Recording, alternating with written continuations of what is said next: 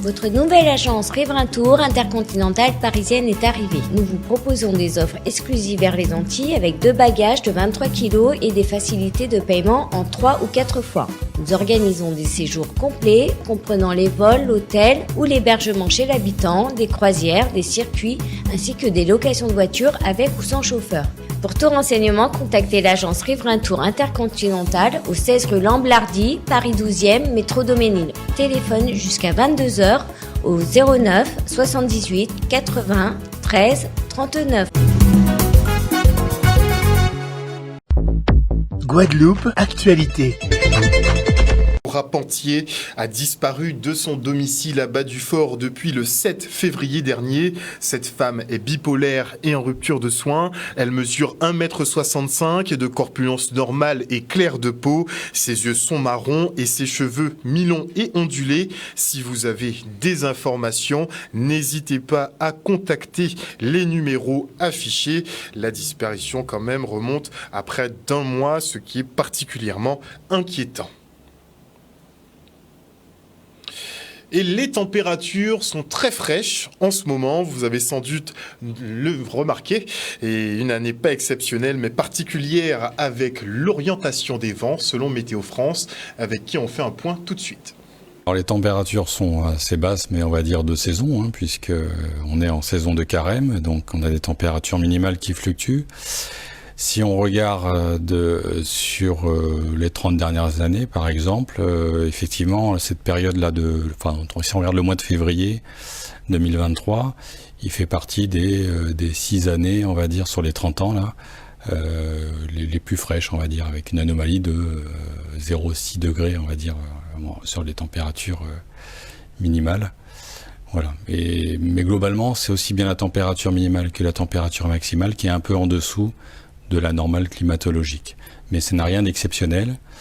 On peut dire ce qui est un peu plus exceptionnel, c'est qu'effectivement les températures maximales sont un peu plus faibles que la normale, mais à cela, c'est une fluctuation climatologique, on va dire normale au fil des années. Oui. Donc ça peut aussi s'expliquer par des vents qui sont un peu plus de vents de nord-nord-est, enfin de nord-est, pardon, que des vents d'est ou sud-est qui sont plus chauds. Voilà, donc les masses d'air sont un peu plus fraîches que d'habitude, mais ça c'est lié à la situation sur l'Atlantique. Voilà, donc c'est une année pas exceptionnelle, mais un peu particulière à ce niveau-là, à cause de l'orientation des vents ou des températures plus fraîches nocturnes. Voilà. On ne peut pas vous dire ce qui se passera l'année prochaine, si on sera dans les normales ou en dessous. Par contre, ce que l'on sait dans les projections climatiques liées au changement climatique, c'est qu'on va quand même vers une tendance de température qui augmente. Donc évidemment, ça ne se voit pas d'une année sur l'autre, ça se voit quand on regarde 10, 20, 30 ans de mesures de température, où on voit que globalement, cette température, elle monte. Parce que là, quand on vous dit aujourd'hui, on est un peu en dessous des normales, les normales, elles, avec le changement climatique, elles ont augmenté. C'est-à-dire que là, on se réfère à des normales plus récentes, plus récentes sur les 30 dernières années, là, et ces normales qui sont plus élevées que les normales des 30 dernières années d'avant. Voilà. Donc, on parle de normale, mais c'est une référence qui fluctue, là, qui augmente avec le changement climatique. Donc oui, on aura toujours une période un peu plus fraîche en janvier, février. C'est normal puisque le rayonnement solaire est moindre. Par contre, ces valeurs de température vont avoir quand même globalement tendance à augmenter. Parlons maintenant de l'affaire du pylône téléphonique de Nogent à Sainte-Rose qui est mise en délibéré. Dans 15 jours, les requérants seront fixés sur le maintien ou non du permis de construire pour cette antenne du groupe SFR. Plus de précisions dans le reportage. Le rapporteur public a conclu en faveur de la requête, donc elle conclut à l'annulation du permis de construire qui avait été délivré à la société pétitionnaire pour 2 motifs, l'impact paysager et l'impact sur la sécurité publique. Donc évidemment, on ne peut que s'en féliciter. Habituellement, les rapporteurs publics sont suivis dans à peu près 80% des cas, donc je suis confiante dans le fait qu'on aura une issue favorable dans ce dossier. La rapporteure publique considère qu'il y a un certain nombre de requérants qui ne sont pas recevables pour des raisons qu'elle a expliquées, qui tiennent au fait qu'elle considère que ceux-là vivent un peu plus loin de l'antenne. Ça n'a pas d'incidence en termes de procédure, puisque devant les juridictions administratives, il suffit qu'un des requérants soit recevable pour que le tribunal se prononce sur le fond. Surtout, dans ma plaidoirie, j'ai pu donner un certain nombre d'éléments factuels qui tiennent aux pièces du dossier. J'ai vu que les magistrats avaient noté, donc peut-être que sur ce point-là, l'appréciation du tribunal sera un petit peu différente de celle du rapporteur public. La décision doit être annoncée sous 15 jours, donc concrètement, il y aura le délibéré qui sera rendu, il y aura possibilité de le consulter en venant au tribunal, et nous, on en aura notification vraisemblablement dans les jours qui suivront. Les organisations syndicales de Guadeloupe se préparent à la mobilisation générale pour le 7 mars prochain. Eau, santé, chlordécone, mauvaises conditions de travail font partie des principales revendications. Le reste en images. Il faut savoir que Sud-PTT Guaca a joint à toutes ces organisations syndicales là qui a appelé à mobilisation le 7 mars. Parce que nous connaissons la situation à pays là, nous savons que nous avons des problèmes à de l'eau, nous savons que nous avons des problèmes à chlordécone, nous connaissons aussi des problèmes à la santé, ou qu'on nous-mêmes on dit dans la poste là, c'est le démantèlement du service public. Et nous avons assisté depuis quelques années à des suppressions de postes. On dit dans la poste là, c'est des bureaux de poste carrément même qui ont fermé. Et nous ne pouvons pas rester sans dire rien. Les derniers temps, nous voyons, c'est Colila qui a augmenté, le tarif à Colila qui a augmenté, la population même qui a hélé en ça, parce que le coût à Colila trop cher. Et c'est pour toutes ces revendications-là, ça. Alors que le pouvoir d'achat nous a baissé, Colila a augmenté. Voilà pourquoi aussi nous avons appelé toute la population de la Guadeloupe, mais essentiellement aussi la population postale, tout postier à mettre du bout les 7 mars, et pour que la mobilisation là, ça soit un succès. Avec l'ensemble des organisations syndicales de Guadeloupe, la FSU appelle tout simplement à mettre la Guadeloupe à l'arrêt le 7 mars. Le 7 mars, il faut que tous les établissements scolaires soient fermés. Il faut absolument que tous les collègues soient donc mobilisés, tout simplement pour obtenir dans un premier temps l'annulation donc des suppressions de postes, dans un deuxième temps faire de telle sorte que la réforme des retraites ne puisse pas passer, et surtout faire de telle façon que nous puissions avoir enfin une revalorisation salariale, car aujourd'hui l'école souffre d'un manque d'enseignants, et ce manque d'enseignants est lié naturellement par le manque de considération de nos métiers. Il faut absolument donc en Guadeloupe, nous puissions donc avoir des moyens pour prendre en charge la difficulté scolaire. Il faut faire de telle façon que nous puissions continuer à travailler dans de bonnes conditions. Il est hors de question que nous nous retrouvions devant nos élèves à 65, 66, 67 ans.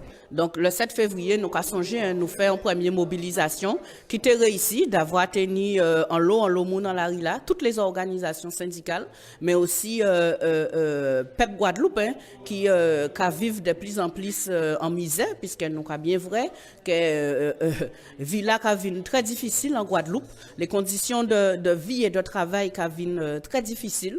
Donc nous n'y en seul but à faire, c'est mobiliser nous. Si vous voulez nous pas mobiliser, de toutes les manières, les buts peuvent améliorer. Alors nous commandons aussi tout le peuple là, des villes, en meeting au soir là.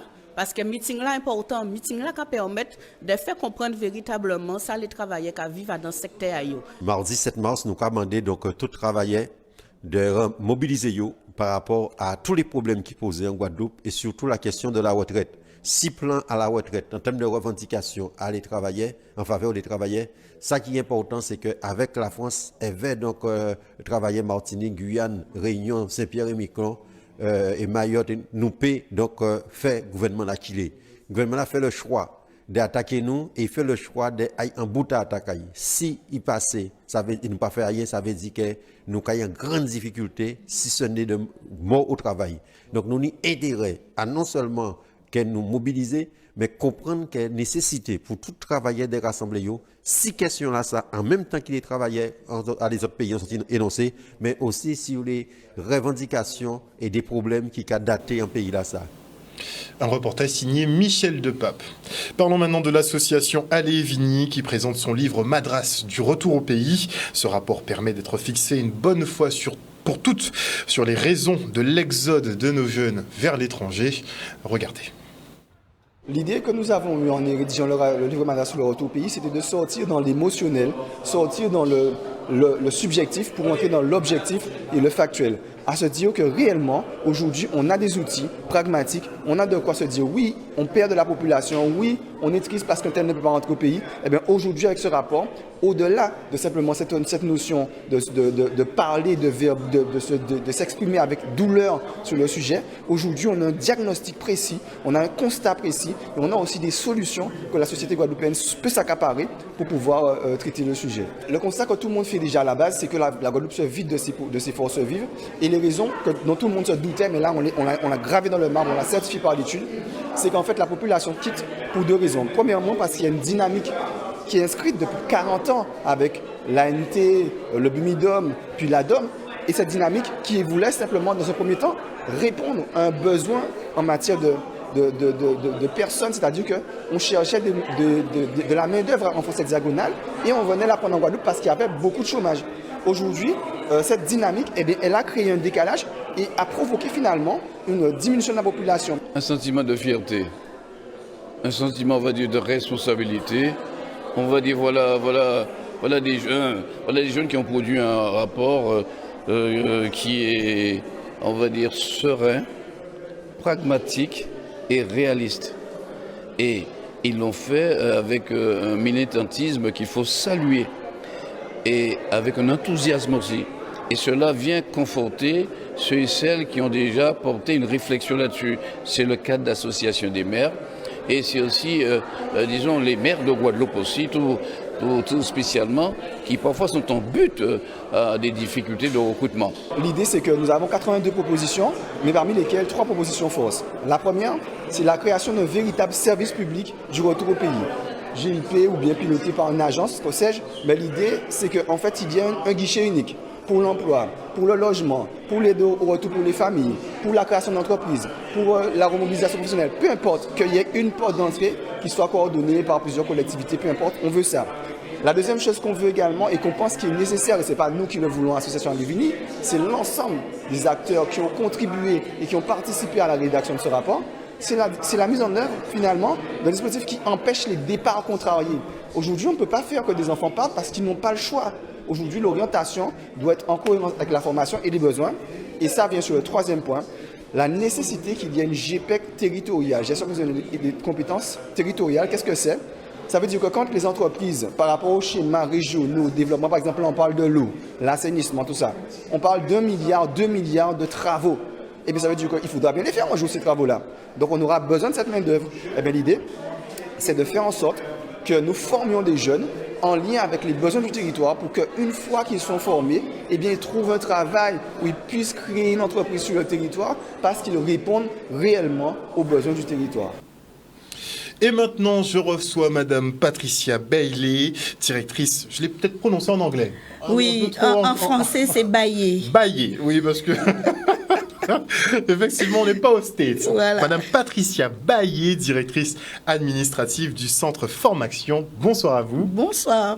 Alors, vous organisez une journée porte ouverte sur les formations sociales et les débouchés. Ça se passera ce samedi 4 mars à Petit-Pérou, aux Abîmes. Est-ce que les métiers du social ont vraiment le vent en poupe?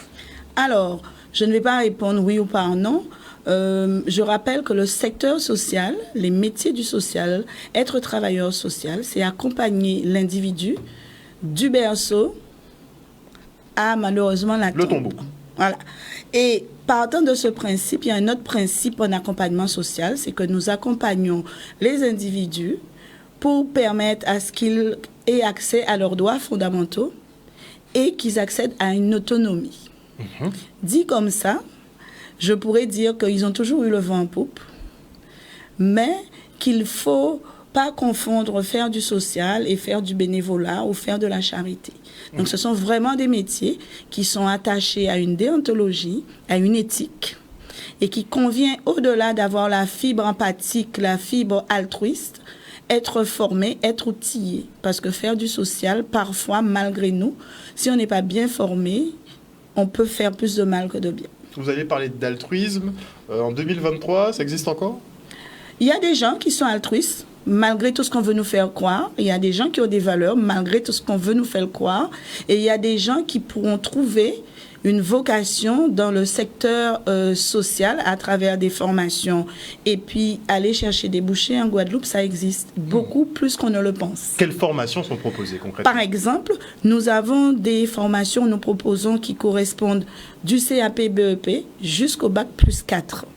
On a un diplôme d'état d'accompagnement éducatif et social. C'est en fait un diplôme que l'État, après avoir réformé, a un peu fusionné plusieurs diplômes du type AMP, aide médico-sociale, ce type de diplôme, le diplôme de...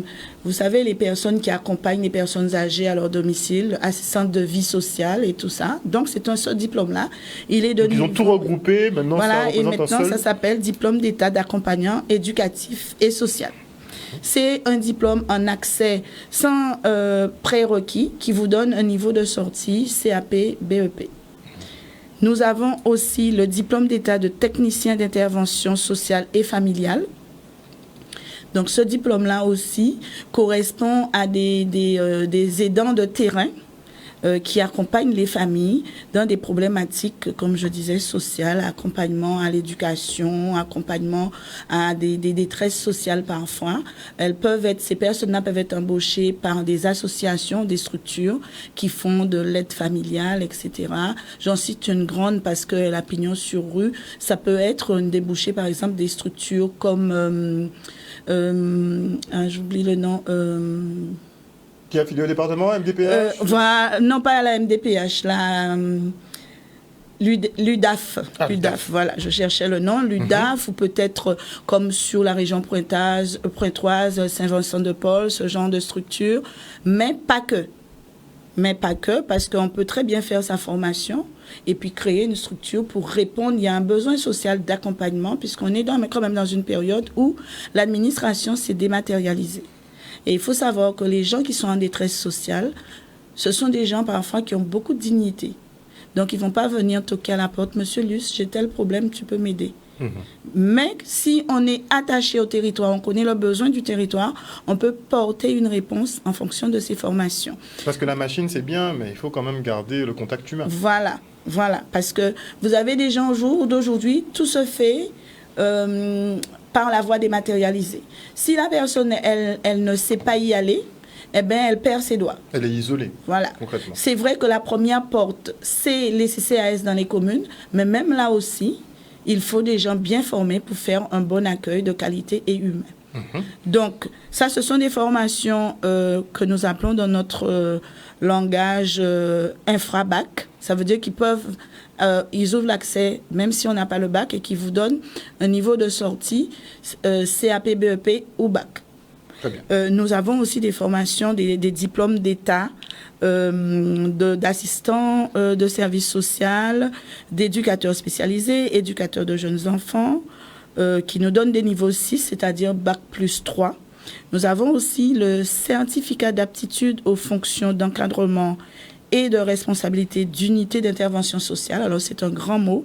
En sigle, ça fait CAFIUS. CAFIUS. Voilà. Et c'est un diplôme qui vous permet, une certification professionnelle qui vous permet d'être cadre intermédiaire dans tous les établissements médico-sociaux. D'accord. Donc, cadre intermédiaire, quand même, voilà. Bon niveau. Voilà. Il y a aussi de niveau 6, c'est-à-dire bac plus 3, le diplôme d'état de conseiller en économie sociale et familiale. Et là, il faut être titulaire d'un BTS, ESF. Et puis, le CAFIUS, mais avec un accès, je dirais, professionnel. C'est-à-dire, vous êtes un professionnel qui est rentré dans le secteur médico-social il y a un certain nombre d'années. Vous avez fait une promotion interne et que vous avez besoin de certifier, de légitimer votre parcours. Et donc là, vous pouvez être accepté. Voilà. Et nous accompagnons aussi les professionnels sur tous les dispositifs de VAE, puisque là aussi... Validation d'acquis d'expérience. Voilà, sur tous ces diplômes que nous avons cités. Très bien. Et je dirais que nous sommes, comme ce sont des diplômes d'État, en fait, nous avons des agréments, des accréditations, et nous avons des financements publics qui permettent aux personnes d'accéder à moindre coût. Donc, vous organisez une porte ouverte où vous présenterez de manière plus exhaustive toutes ces formations. Ça se passera quand, où, à quelle heure? Samedi matin. Donc après-demain, ça se passera dans notre établissement à du Gazon de Bourgogne à Petit Pérou et ça sera de 9h à 13h. Là, on pourra échanger, on pourra vraiment apporter des réponses précises à la réalité de tout un chacun, mais c'est aussi pour nous l'occasion de dire que oui, en Guadeloupe, il y a un lieu où on peut se former. Parce que je dis souvent, enfin l'équipe, nous disons souvent que former quelqu'un qui va accompagner une autre personne, il y a quand même une dimension culturelle, sociale, sociétale, et je dirais même, je dirais pas écologie, mais dans le sens de l'accompagnement, c'est bien le mot. Parce qu'on vous dit que quand vous accompagnez quelqu'un, vous devez respecter son écologie. Respecter l'écologie de quelqu'un, c'est si je vous fais... Vous devez comprendre culturellement qu'est-ce que ça veut dire mon... Et c'est pas parce que j'ai quelque chose de coincé dans la dent, par exemple. Donc, vous voyez ce que je veux dire, c'est former la personne sur un cadrage, je dirais, un référentiel qui est cadré, puisque ce sont des diplômes d'État, mais nous nous efforçons quand même voilà. Parce que si je viens vous aider et que vous avez l'impression que je vous demande la charité, que vous me demandez la charité ou que je veux par ma posture, puisque nous savons que la communication non verbale, c'est 80%. Oui. Donc si dans ma posture, je vous donne l'impression, mais Timal, c'est de ta faute, t'es là-dedans, mais voilà, quoi, c'est normal, je vais sûrement provoquer en face une réaction qui, même si je n'aurais rien dit, que je n'aurais pas compris l'agression, mais dans ma posture, je l'aurais provoqué parce que je serai en décalage, soit culturel, ou soit en termes de compréhension, parce que l'empathie, c'est aussi ça.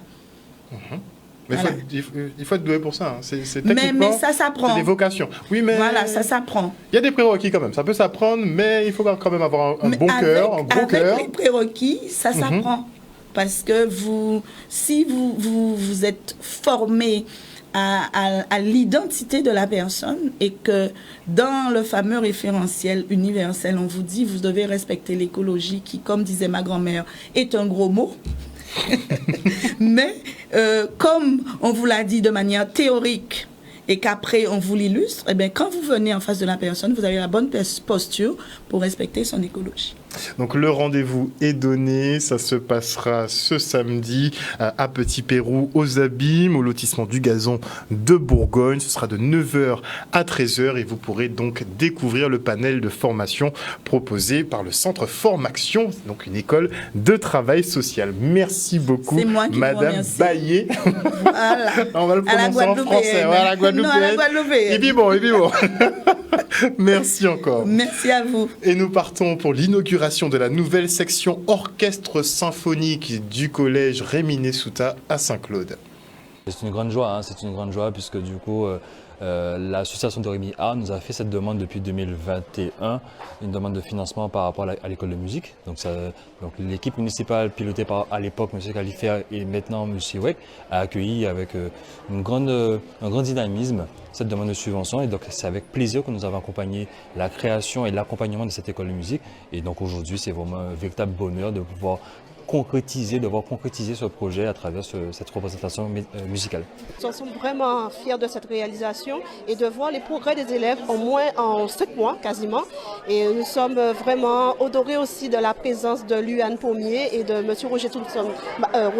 Joseph qui n'a pas pu être là. Mais voilà, nous sommes vraiment fiers de cette réalisation.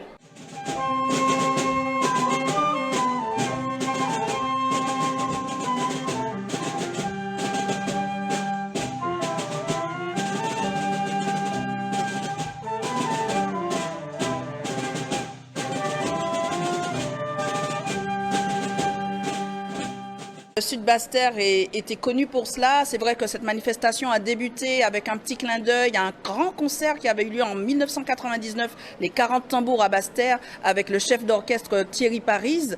Et c'est vrai que lorsque nous avons su que nous avions dans cet établissement cette compétence rare et inimitable, un chef d'orchestre, professeur d'éducation musicale, comment pouvions-nous rester comme cela? Et nous avons voulu effectivement concrétiser cela par un beau projet, la création d'une section orchestre symphonique.